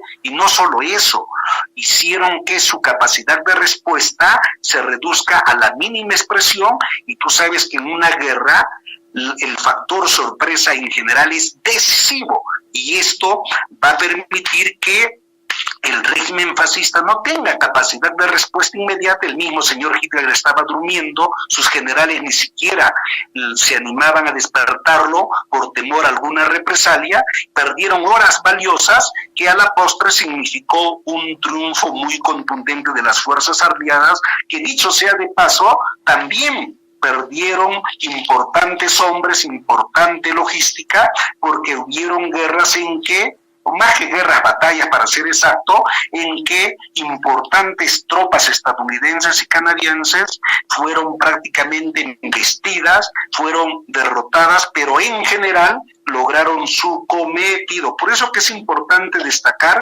que fue tan bien preparada que antes de que las tropas pues den pasos, había un ataque coordinado de manera aérea para golpear al enemigo, su artillería, sus búnker, sus minas, que prácticamente las habían diseminado por todas partes, para intentar evitar que las fuerzas aliadas prosigan. Y para concluir, si me permites, Edwin, para concluir, yo creo que tú nos has convocado aquí para hablar pues sobre lo que es la batalla de Normandía, la Segunda Guerra Mundial, y no me parece nada respetuoso a tu persona, al equipo que te acompaña y a los radioescuchas que nos están escuchando, que nos quieran agendar que hablemos de lo que está pasando en Estados Unidos. Eso ya tú y tu equipo de producción lo definirás. Tampoco no me parece correcto, y lo digo con mucho respeto, sobre todo en los radioescuchas, que se esté queriendo hacer gala, pues, en pleno siglo XXI, de defender a esa Alemania nazista, a esa Alemania que sometió a buena parte de la humanidad a lo que es un espiral de violencia, sangre y fuego, a una Alemania que fue tan dañina su accionar, que al verse derrotados ni siquiera Hitler y todos sus acompañantes tuvieron si se quiere, pues, la dignidad de enfrentar a aquellos, sino hasta se suicidaron y dejaron a su pueblo prácticamente a merced de los aliados, que en el mayor de los casos cometieron excesos. ¿Cómo pues, yo pregunto a los radioescuchas y a ti, Edwin, cómo vamos a hablar que la Alemania fue una Alemania socialista? ¿Cómo pues vamos a hablar que la Alemania procuró liberar al mundo? Eso yo no sé, pues no creo que un estudiante de primaria ni de secundaria, en este momento le preguntemos a un estudiante de primaria o secundaria si efectivamente la historia refiere que Alemania fue una fuerza tan progresista cuyo objetivo central fue liberar al mundo, o que la Alemania pues fue la salvadora de la humanidad, y que la pobre Alemania tan inocente, tan ingenua, que fue avasallada por espeluznantes fuerzas abominables como fueron los aliados, incluyendo a los rusos. Entonces yo te pido, mi querido Edwin, más mesura en esas cositas, y al público le pido mil disculpas, pese a que yo no he escribido pues esas falsedades, esas tergiversaciones del tamaño del Huayna Potosí, del Inti-Illimani, pero me siento muy afectado, no porque lo que me digan a mí eso me vale. Yo humildemente he logrado muchas cositas gracias a mi esfuerzo, y trato de ser muy serio, muy sólido y responsable en lo que digo, pero no es correcto que en pleno siglo XXI se pretenda decir que la pobre Alemania nazista fue inocentita y que fueron los salvadores del mundo y que fueron tan poderosos que finalmente fueron derrotados, fueron diezmados y pare uno de contar. Eso, estimado. Gracias, Alex. Pablo. Pablo, Vamos a las cuestionantes. ¿Será que, por ejemplo, sabemos muy bien que los aliados eran muchos países en comparación del eje, ¿no? Que el eje era los más conocidos, Italia, Japón y Alemania. Pero los aliados eran una cantidad de países, muchos tienen diferentes datos, pero eran bastantes, ¿no? Otros dicen que eran 36, otros que eran 50, bueno, son datos que están manejando. En ese marco, ¿cómo podemos ver esa situación de diferencia incluso de capacidad de cada país, Pablo? Bueno, Edwin, a ver, primero, Edwin, ¿no? El poder judío internacional, la sinarquía, estamos hablando de que la República Islámica de Irán, con su inteligencia, ha podido determinar que son 9.000 sionistas los que controlan todos los medios de comunicación masiva en el planeta. ¿Ya? Entonces no soy yo, no es un niñito de 5 años, como dice nuestro panelista. O sea, nuestro panelista está dolido porque estamos diciendo verdades, ¿sí? El Poder Judío Internacional movilizó 134 naciones contra Alemania. ¿Por qué? Porque en nuestras naciones hay traidores, corruptos, masones. La masonería está instaurando, haciendo que toda la gente piense como sionistas, como judíos. En la masonería se enseña cábala. La mayoría de los presidentes de Bolivia han sido masones. Los que no han sido masones, ¿ya? Y no son niños de 5 años, Germán Buch o Alberto Villarroel, querían una alianza con Alemania. Entonces, para que ese señor se despabile un poco, no eran niños de 5 años. Uno ha sido un héroe nacional en la Guerra del Chaco. Uno de los más grandes estadistas del mundo, Juan Domingo Perón, limpia el nombre de Alemania y sabe quiénes eran los alemanes y que los alemanes eran un aliado natural de la Argentina. Entonces, que se despabile ese señor que dice que son niños de 5 años los que piensan así. Pero es este señor el que se cree la mentira y el cuentito del holocausto de los judíos. A ver, señoras y señores, no ha habido holocausto judío. Ya es oficial. Las plaquetas que hay en Auschwitz ya han sido retiradas. Ahí se decía que se habían matado 4 millones de pobrecitos judíos inocentes. Es mentira. No llegan ni a 30.000 y la mayoría muertos por tifus. Pero se sigue manteniendo la mentira del holocausto ahora por los medios de comunicación que nos desinforman.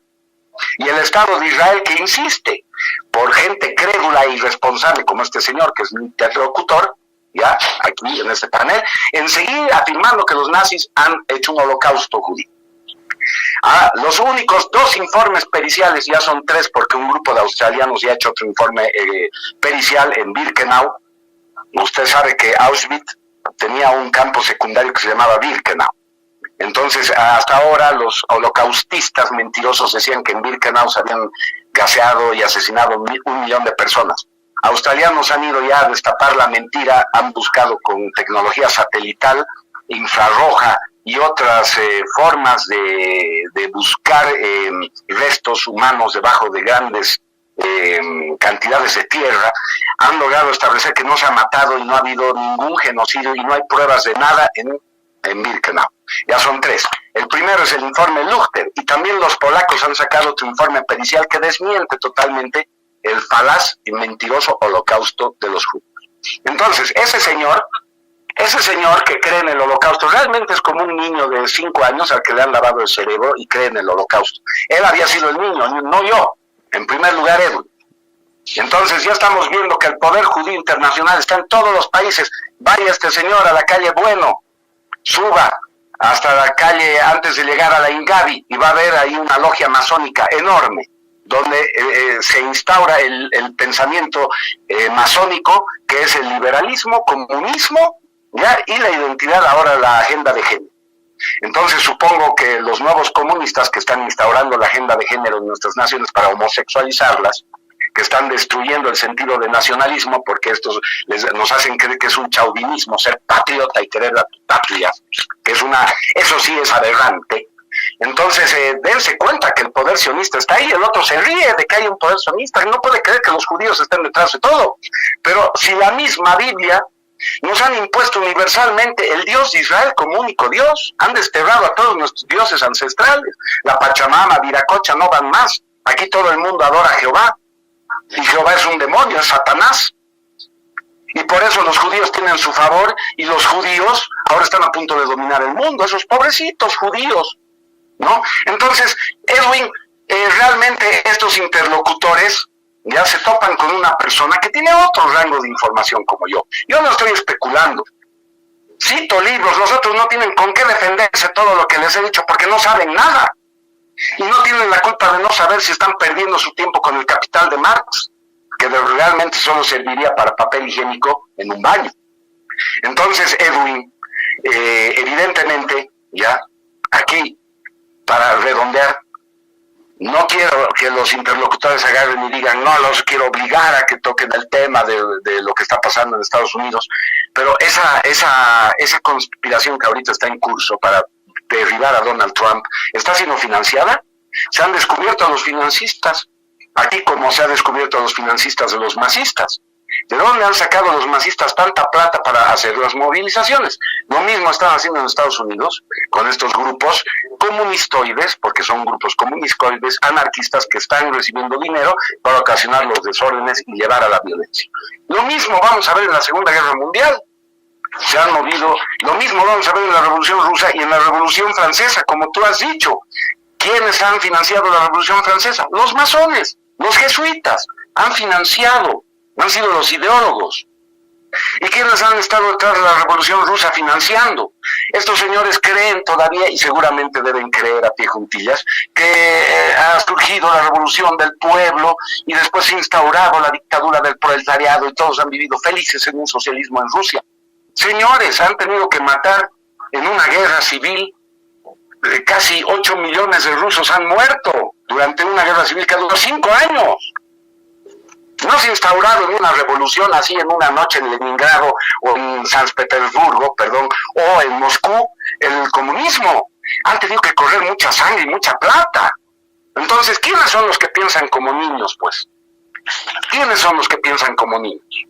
Nosotros estamos muy bien informados al respecto, Edwin, y lo volvemos a decir. Tenemos todo el aval histórico. Puedo citar libros de libros de libros de libros de libros de libros que hemos investigado. Es más, tenemos una editorial que edita estos libros, Edwin, porque estos libros no están al alcance de la gente en librerías convencionales o en un puesto pirata de libros. Lamentablemente no, porque la gente no ha visto su importancia. Entonces, ¿qué sugiero yo a toda la gente ahorita? Con responsabilidad, lean un poco. Estoy recomendando libros. Derrota Mundial de Salvador Borrego Escalante, está en la red. Lean los libros de Juan Domingo Perón, que ha sido uno de los grandes estadistas de todos los tiempos. El mismísimo Hugo Chávez Frías estaba asesorado por Norberto Ceresole, que ha escrito La falsificación de la realidad. Un librazo que nos muestra cómo el poder judío internacional está hilvanando todo para la destrucción de nuestros países hispanoamericanos. Y con esto termino. Señores, ustedes que me están escuchando por la radio, y a mis interlocutores, tienen el mismo enemigo que tiene la Alemania nazi. El enemigo de la Alemania nazi es el mismo enemigo de ustedes, señora, joven, señorita, es el mismo enemigo. ¿Ya? Es esa cúpula de poder que está atrás ahorita corporativamente, porque los estados-nación ya no influyen más, ahora son poderes corporativos transnacionales los que están dominando el mundo, y no me pueden discutir eso. Ya están en manos la mayoría de magnates judíos. George Soros está financiando toda la nueva izquierda y toda esta ola de la agenda de género en Hispanoamérica, y está financiando todas las primaveras, la primavera árabe y ahora la primavera latinoamericana o hispanoamericana. Caramba, nos están llevando al borde de la guerra civil, y ustedes siguen hablando del capital de Marx, que no lleva a nada. Entonces hay nueva información que estamos en el deber de difundir y estamos en el deber de digerir, señoras y señores. A ver, tengan la dignidad de hacerme caso, de bajar un poquito sus humos comunistoides y decir, a ver, abriré mi mente. Finalmente, ¿en qué me ha beneficiado el comunismo? ¿En qué les ha beneficiado el comunismo? ¿En qué les beneficia a ustedes el comunismo? ¿O la agenda comunista? ¿O la agenda marxista? ¿De qué les ha servido instaurar en todas las universidades y enseñar el materialismo dialéctico? Miren nuestra pobre Bolivia, ¿en qué está? Desmoralizada, porque ustedes no enseñan valores y virtudes, porque llaman al nacionalismo chauvinismo. Hay que ser nacionalistas, Edwin. Nosotros estamos promoviendo un movimiento nacionalista ahora. Gracias. Entonces, se han desmitificado muchas cosas aquí y he acabado con todas las mentiras, señores. Aunque esta gente que dice ser muy respetuosa de la gente me falta el respeto, llamándome niño, me falta el respeto, diciéndome mentiroso, me falta el respeto, muy despectivamente, orgullosos defendiendo lo indefendible, que es la mentira de su dogma marxista comunista. Gracias, Pablo. Bueno, Manuel, ¿cuál es tu criterio con respecto al tema, ¿no?, de la Segunda Guerra Mundial?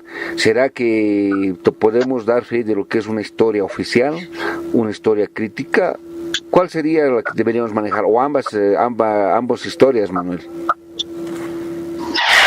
Mira, Edwin, ha habido un momento en que evidentemente me he reído, van a disculpar, me he reído incluso a carcajadas, he tenido que alejarme un cacho del celular por las cosas que dice nuestro amigo, ¿no? Lo que yo puedo decirte es que evidentemente analizando un momento histórico sí podemos sacar algunas conclusiones. Y la principal conclusión a la que yo puedo llegar es que evidentemente el fascismo y los defensores del fascismo son un pequeño grupo que no va a lograr absolutamente nada con las tergiversaciones, las mentiras y los adjetivos que utilizan, ¿no? Entonces, yo creo que el fascismo no va a poder resurgir porque en realidad, más allá de lo que fue la Alemania nazi o el fascismo en Italia, más allá de eso, evidentemente no hay bases reales para que pueda articularse. Otra cosa es los conflictos al interior del capitalismo, otra cosa muy distinta es lo que está pasando con el judaísmo, con el Estado de Israel, ¿no? Y seguramente serán los pueblos, las luchas, las que van a definir qué es lo que pasa en esos lugares y con esos gobiernos. Pero pensar que hay una agenda fascista para el mundo, para el futuro, prácticamente con lo que el señor transmite, evidentemente pues que siga con su editorial, le deseamos éxito, que saquen 20,000 libros, ojalá que lleguen esos libros a la gente, que no los tengan como si fueran cosas secretas, escondidas. Si quieren pelear contra los masones, evidentemente ahí están en la Potosí, Obispo Cárdenas creo, hagan su lucha contra los masones. Quieren luchar contra el sistema financiero judío, adelante, vayan a quemar los bancos, muéstrennos pues en la práctica cómo se hace esa lucha. Pero que de ahí intenten hablar de que el socialismo fue el fascismo, o sea, eso, aunque uno no sea, aunque no tenga nada de marxismo, es inconcebible como concepto, como propuesta, y eso únicamente es para desvirtuar, confundir a la gente.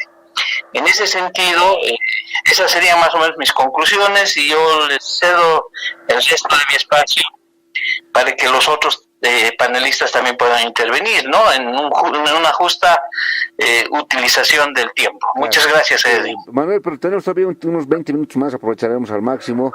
Era la pregunta que te hacía Manuelito con respecto a que el ser humano tiene que utilizar la historia crítica o la historia oficial como medio de referencia.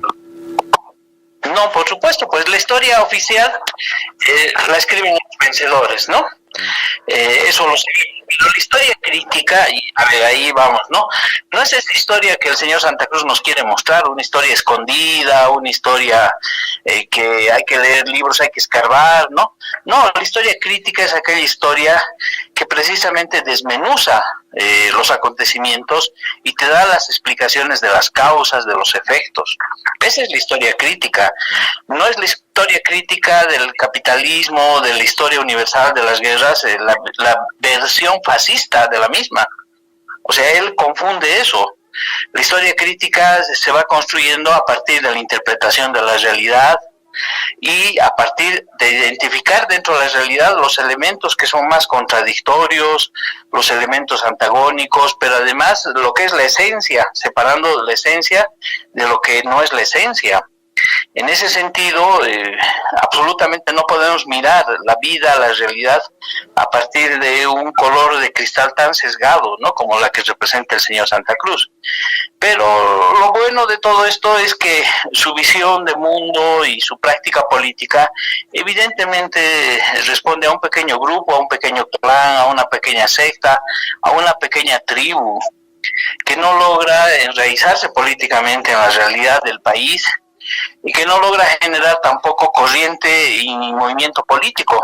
Porque yo le pregunto al señor Santa Cruz, que tanto grita a través de los medios y a través de este medio, cuál es su referente, cuáles son las acciones políticas pues en las que esté involucrada y que realmente esté interpelando a los trabajadores, cuál es su proyecto socialista. Me gustaría escucharlo, me encantaría escucharlo y ver si eso se aplica a la realidad boliviana. Y ahí van a darse cuenta que únicamente es una retórica la que utiliza el señor.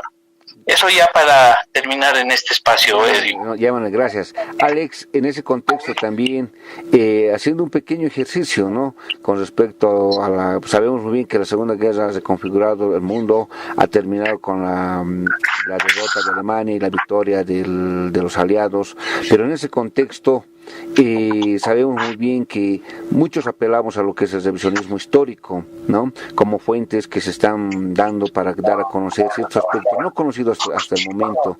Entonces, ¿el revisionismo histórico será también una ciencia que ayuda a esclarecer los hechos, Alex? Cuando nosotros hablamos, estimado Edwin y radioescuchas, acerca de la historia, primero tenemos que destacar que es una ciencia social. ¿Y por qué ciencia? Porque nos permite conocer y ir más allá y transformar. La ciencia de la historia es importantísima porque nos ayuda a conocer el pasado y una vez conociendo el ayer, entendemos, comprendemos el hoy, el presente, la actualidad, y sobre esas bases podemos manejar tendencias, podemos prever hasta cierto punto lo que se va a ir dando socialmente. Y en ese entendido hay diferentes abordajes acerca de la historia de la sociedad humana.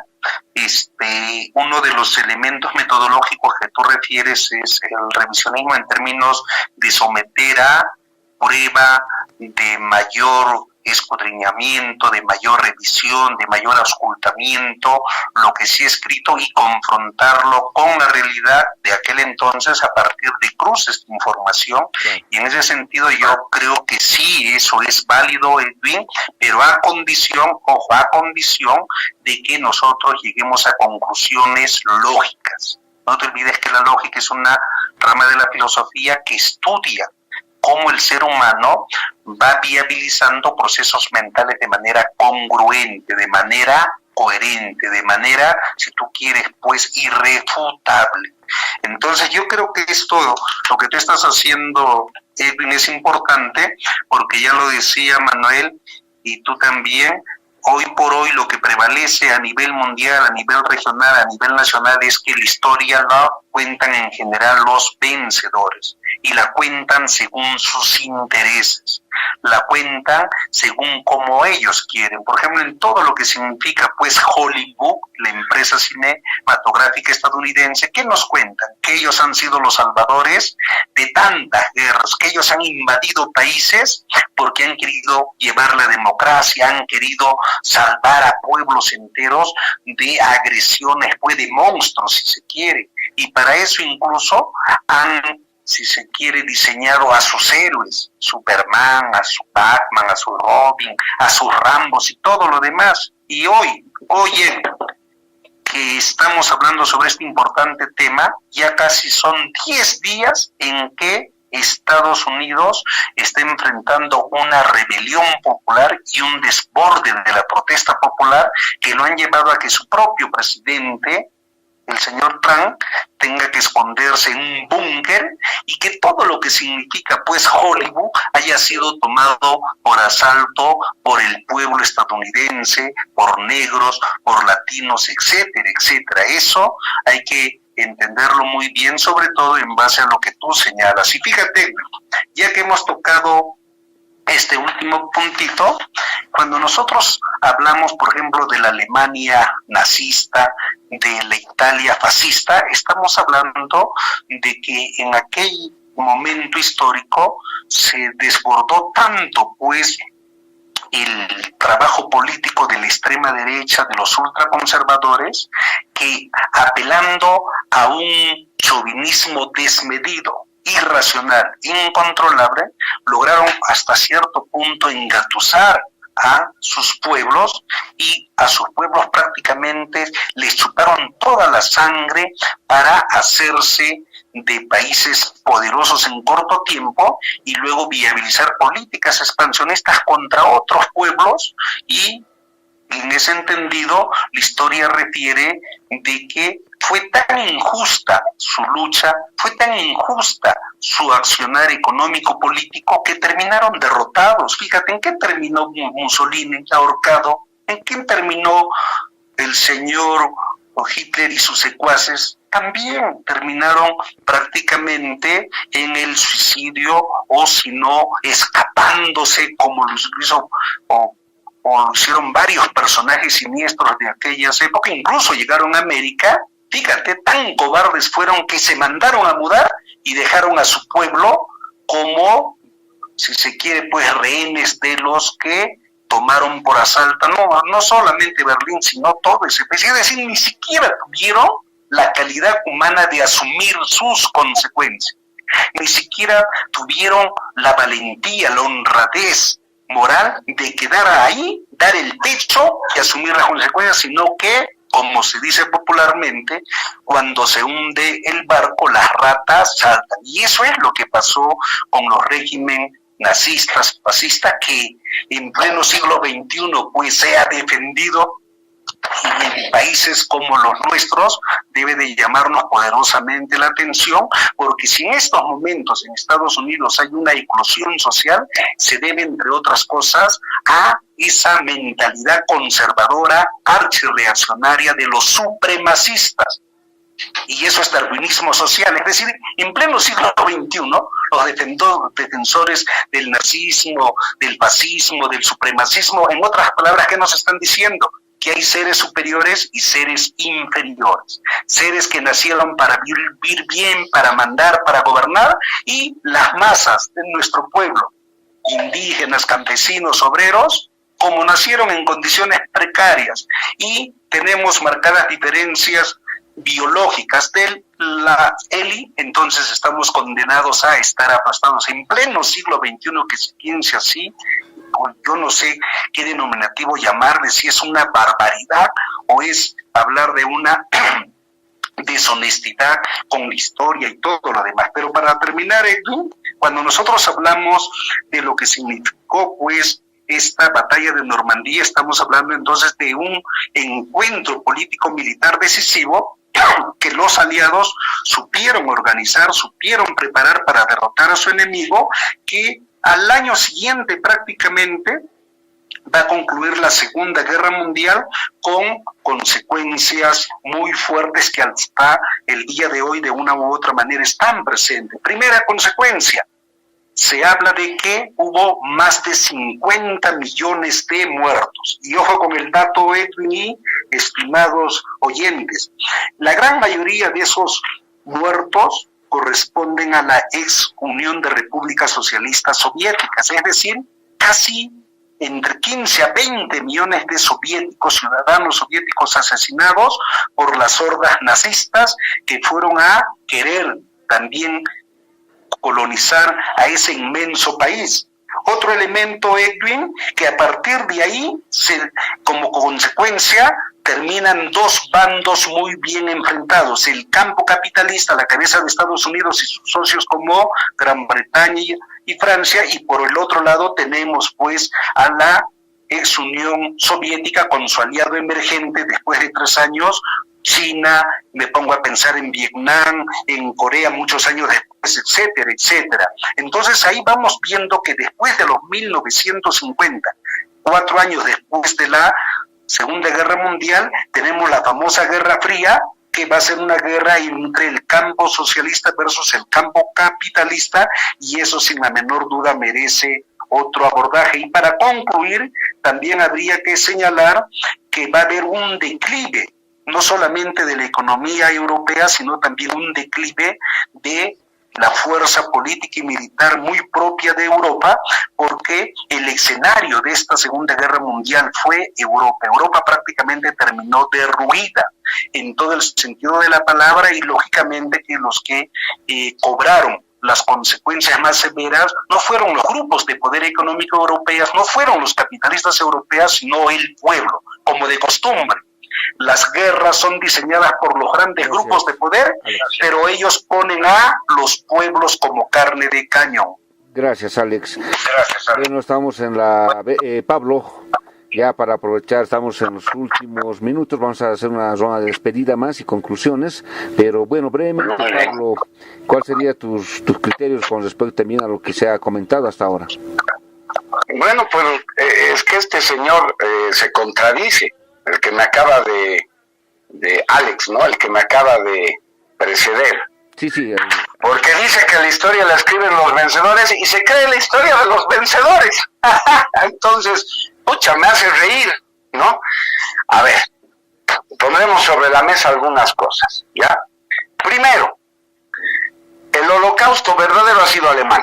Son 20 millones de alemanes que han muerto en la guerra. ¿Ya? El holocausto verdadero en campos de la muerte ha sido alemán, porque han muerto más de 6 millones de prisioneros alemanes de hambre en sus propias heces en los campos de concentración de Eisenhower, después de la rendición. No les daban ni una marraqueta para comer, y eso está probado, ¿sí? Entonces, el pueblo alemán ha sufrido 7 millones de muertos por los bombardeos aliados. El genocidio más grande hecho en una noche y un día, en una noche, 2 noches y un día, el bombardeo de Dresde. Los aliados sabían que no había en Dresde más que refugiados que llegaban del este.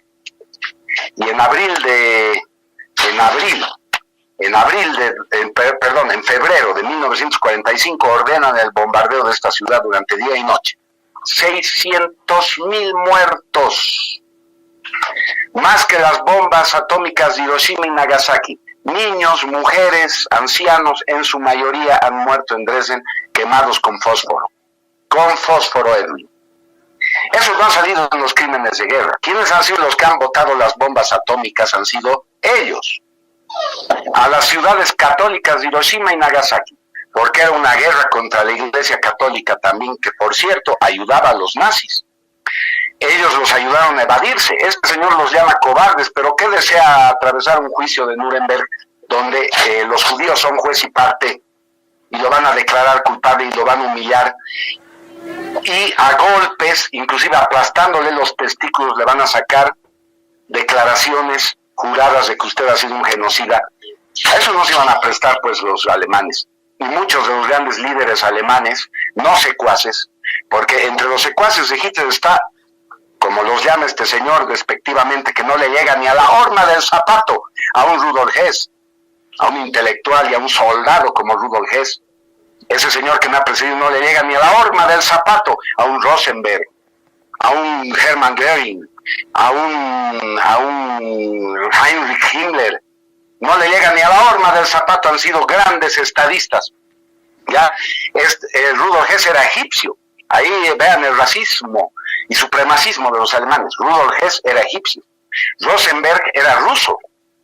Eso no sabía este señor, mi interlocutor, porque no le interesa, solo le interesa defender su dogma marxista, que sí es sesgado y trucho, y mal hecho todavía, porque con el revisionismo histórico lo hacemos trizas.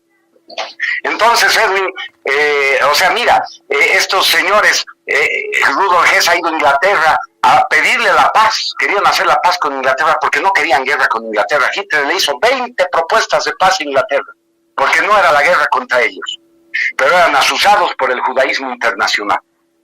ya, a través de Churchill, que era un borracho, Stalin, un enfermo mental, y Roosevelt, ese minusválido, el peor presidente que ha tenido Estados Unidos, una lacra que ocasionó con los banqueros judíos la gran recesión de 1929, pero a 1932. Estudien, señores, ahí está la historia para que ustedes puedan ver quién es quién. Entonces nos han mentido en todo, Edwin, nos han mentido en todo, y es necesario hacer una reestructuración de lo que tenemos en la cabeza. Este señor me dice, ¿qué acción política están haciendo? ¿Y qué cree que estoy haciendo ahorita discutiendo con dos personas completamente obcecadas y cerradas? Una cerradez increíble, la verdad. La mayoría de la gente en Bolivia es así, Edwin. Pero lo estamos haciendo desde hace 10 años para que cambien su forma de pensar, porque si no cambia la forma de pensar de la gente, entonces, ¿qué voy a hacer con corruptos en un gobierno? Con gente que se vende al mejor postor, con gente que no tiene ideales y que no puede ser fanática por un nacionalismo y decir, amo mi patria, amo mi país, amo a mi gente y la respeto. Entonces, ¿qué vamos a hacer? Hay que cambiar pues la forma de pensar de la gente, y durante 10 años estoy haciendo eso. Y si no se consigue, Edwin, no me interesa la política, porque no voy a llegar al gobierno a transigir con corruptos, con comunistas y con esa lacra. No lo voy a hacer. ¿Entiendes? Entonces, por eso estoy empezando desde abajo, dando información a las bases, para que contrasten y vean quién es quién. Primero tenemos que distinguir, Edwin, al enemigo de nuestras naciones. Entonces ya veo a estos dos señores cuando sus hijos salgan drag queens o gays o lesbianas y sean utilizados por el colectivo LGBT para causar caos. Quero verlos, a ver qué dicen. Van a seguir ahí echando flores al sacrosanto marxismo que los ha formado, porque el marxismo del siglo XXI, Edwin, es obra de los mismos enemigos de nuestros pueblos que lucharon o desataron la guerra contra Alemania. Y lo digo aquí claramente. Ríanse todo lo que quieran, señores, pero yo sé que hay gente que me toma en serio. Entonces esta gente es la que vale la pena. Gracias. Vamos a pasar a una segunda ronda ya de las conclusiones. Les rogaría 3 minutos a cada uno, por favor, y la respectiva despedida. Manuel, por favor, a 3 minutos para las conclusiones y tu respectiva despedida. Sí, gracias, Edwin. Evidentemente este es un tema que podría ser parte de un análisis histórico, ¿no? Pero la posición, digamos, del señor Santa Cruz hace que el tema se desborde a otros terrenos, a otros campos, y bueno, yo creo que la audiencia también ha tenido la posibilidad de escucharnos y hacerse una idea y poder tomar una posición si es que era necesario que el programa nos lleve a ese terreno. Yo quiero agradecer a la audiencia por la paciencia y señalar que evidentemente se necesita un espacio tal vez más tranquilo, ¿no? Para hacer este tipo de debates y poder documentar un poco mejor lo que se afirma. En todo caso, yo me quedaría con la siguiente conclusión. Las posiciones bien fanáticas, ¿no? El señor Santa Cruz, bien esquizofrénicas, yo diría, fuera de la realidad, son parte de la democracia, y por eso es que yo, conociéndolo, vine al programa, porque es parte de la democracia, es parte del debate, y tampoco no nos asusta, no nos molesta en extremo lo que él dice, ¿no? Porque entre lo que él dice y la realidad evidentemente tiene una brecha que no la puede llenar, ¿no? Entonces yo pienso que el fascismo ha concluido con la Segunda Guerra Mundial y hay que dejarlo ahí, ¿no? Tienen derecho a tener su punto de vista, pero creo que el fascismo no va a volver a renacer porque no tiene bases reales o objetivos de sustento. Yo me quedo con eso y agradezco a todos ustedes, especialmente a ti, Edwin, por haberme invitado y tener paciencia en escucharnos. Muchas gracias. El agradecido soy yo, Manuel. Bueno, de igual manera, Alex, tus 3 minutos, por favor, para tus conclusiones y despedida. Sí, a modo de conclusión, cuando nosotros hablamos de la Segunda Guerra Mundial que se suscitó entre 1939 al 45, hay que destacar que entre las acciones más desencadenantes, más importantes, está primero la derrota de los alemanes en Stalingrado, en la ex Rusia, y por tanto un retroceso que los va a debilitar a tal nivel que posteriormente solo ya organizaban su retirada, organizaban su derrota. Segundo, el desembarco aliado que se da en África y también en Italia un año antes de la batalla de Normandía, vale decir en el 43, también fue otro punto de golpe muy fuerte a las fuerzas nazistas. Tenemos también, y ha quedado bien claro, de que el desembarco aliado en Normandía, un día como hoy, no solamente logró la liberación de Francia, sino además logró un importante avance ofensiva contra las fuerzas nazistas que, reitero, estaban en franca retirada. Y eso explica por qué poco tiempo después, en mayo del 45, más o menos estamos hablando de 10 meses, va a caer Berlín, la capital. Los primeros en llegar va a ser el Ejército Rojo Socialista de aquel entonces, y Alemania va a estar ocupada, y posterior a aquello ya vamos viendo que los más afectados van a ser el pueblo alemán, el pueblo francés, el pueblo, si se quiere, pues, de Italia, de Rusia, etcétera, etcétera. En otras palabras, cuando se dan guerras injustas, lo que generalmente ocurre es que quienes pagan los platos rotos, como se dice en términos populares, son masas populares. Y por último, yo creo, Edwin, que en todos los medios de información o de difusión tiene que existir libertad de pensamiento, libertad de opinión, pero tenemos que procurar primero respetar al público. Eso es lo primero, que ser respetuoso con el público, porque si se abordan diferentes temáticas hay que hacerlo con altura, con seriedad, con solidez. Aquí no hay necesidad de hacer gala de una aparente erudición, aparente, porque detrás de muchas esas aparentes erudiciones se esconden impotencias para conocer la realidad de manera objetiva, de manera tal como se ha expresado. Entonces, creo yo que cuando hablemos de historia hay que hablar de una manera clara, sencilla, pero siempre apegados a la verdad, porque eso es lo que necesitan y quieren los oyentes. Y no me parece correcto faltar el respeto a nuestros compatriotas bolivianos, que si bien es cierto, no tienen acceso pues a la educación, a la cultura, al desarrollo científico y tecnológico como quisiéramos, pero en medio de sus limitaciones, dificultades y problemas, ahí están en las escuelas, colegios, institutos, universidades, y no me parece correcto que se los quiera meter en un saco, en una bolsa, diciendo que la mayoría de los bolivianos son prácticamente pues atrasados, por no decir ignorantes. No, todos somos ignorantes porque ignoramos o desconocemos una u otra cosa, pero cuando nos referimos a nuestro pueblo, a nuestra gente, hay que hacerlo con mucho respeto. Nuestra gente necesita pues saber conocimiento para comprender la problemática mundial, regional, nacional, y sobre eso aprender lecciones para construir sociedades más justas, sociedades donde hay un encuentro entre los hombres, entre el hombre y la naturaleza, en suma, para construir relaciones de reciprocidad, de camaradería, de ayuda, y para eso es fundamental una visión científica del mundo, valores, principios, ética, moral, empatía, humanismo, sensibilidad humana, solidaridad social. Gracias, Alex. Gracias, Alex. Pablo, de igual manera, tus 3 minutos para tus conclusiones y despedida, por favor.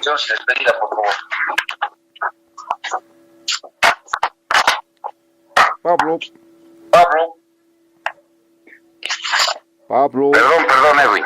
Ahora sí. Tus conclusiones y despedida. Bueno, muchas gracias por el espacio que nos brinda siempre. Ha sido gratificante participar en el programa. Tú sabes, siempre con la verdad. Y para mí la mayor forma de expresar nuestro respeto a la gente es decirle la verdad. Y eso es lo que hacemos nosotros. Antes de hacer cualquier afirmación, tenemos la certeza de que es verdadera, ¿no? Y esa certeza es la que nos da la seguridad de que la gente nos da la bienvenida con los brazos abiertos, porque están cansados del mismo discurso de siempre de los truculentos políticos de izquierda y los de la derecha, que avalan las afirmaciones espúreas del sistema, y siempre le tiran lodo a nuestros héroes, ¿no? En este caso estamos hablando de la Alemania nazi, que, miren, es profético lo que les voy a decir. La gente va a abrir los ojos y van a ver que Hitler tenía razón. Profético lo que les estoy diciendo, ya está en las redes sociales circulando esto, ¿sí? Porque lo que tenemos en Estados Unidos, por ejemplo, para terminar, lo que está pasando ahorita en Estados Unidos, Edwin, es lo mismo que ha pasado aquí en su momento con las pititas y los masistas, ¿sí? Los pititas son los patriotas norteamericanos que están defendiéndose contra las hordas anarquistas financiadas por Soros con la excusa de que mataron a un negro, ¿sí? Es la excusa. Ya esto se está desmintiendo absolutamente y se está cayendo por su propio peso, como lo que es una mentira, y no van a poderlo tumbar a Donald Trump. Porque ahora es hora del nacionalismo otra vez. Y aunque se rasque con lata el comunista de turno que escuche esto, vamos a volver con mucha fuerza, como tercera posición, como fascismo, como nacionalsocialismo auténtico, ahora como movimiento veganista, como veganismo metapolítico. Vamos a volver. Y me van a ver todos emerger. No solo aquí en Bolivia, está sucediendo en la Argentina, donde ya hay también un estallido social, pero de otra índole. Ahí se están levantando contra el nuevo orden mundial, porque hay actores políticos que están informando a la gente, como yo lo hago aquí en Bolivia. Hay un Alejandro Biondini, hay un Adrián Salvucci. Sería bueno que mis interlocutores escuchen pues a estos expertos argentinos hablar de lo que es la verdadera revolución de la verdad, no de revoluciones truchas y falaces como la del comunismo o la revolución otra vez liberal y todas esas vainas. No, la revolución de la verdad, porque el mundo vive completamente engañado, y decir que la gente está engañada no es faltarle al respeto, es decirle la verdad. Entonces yo espero, Edwin, que muy pronto despertemos todos. Lean, señores, El misterio de Belicena Vilca, de Nimrod de Rosario, lean Derrota Mundial de Salvador Borrego Escalante, y van a ver que tengo toda la razón absoluta del mundo, pero así, absoluta. Contraparte. Llegamos al final del programa. Agradecerles a nuestros invitados especiales, a Alex Chamán, a Pablo Santa Cruz y a Manuel Morales por el tiempo y el espacio que nos han dado para hacer esta entrevista y este debate también que se ha dado. Y como siempre, estimados oyentes, ustedes son los que sacan sus conclusiones y reflexiones. Esperemos que haya sido de su agrado este tema histórico. Agradecemos también a nuestro equipo, a Flora Condori, a Jimena Condori, a John Quiñones, quienes nos ayudan también a que lleguemos con las óptimas condiciones todos los días sábados. Y como siempre, agradecerles a ustedes, porque nosotros nos debemos a ustedes, y el programa que se hace justamente para ustedes también, ¿no? Pero para que también compartamos diferentes temas en lo que es su programa. Bueno, será hasta el próximo sábado. Muchas gracias por la audiencia y hasta la próxima con Contraparte Bolivia.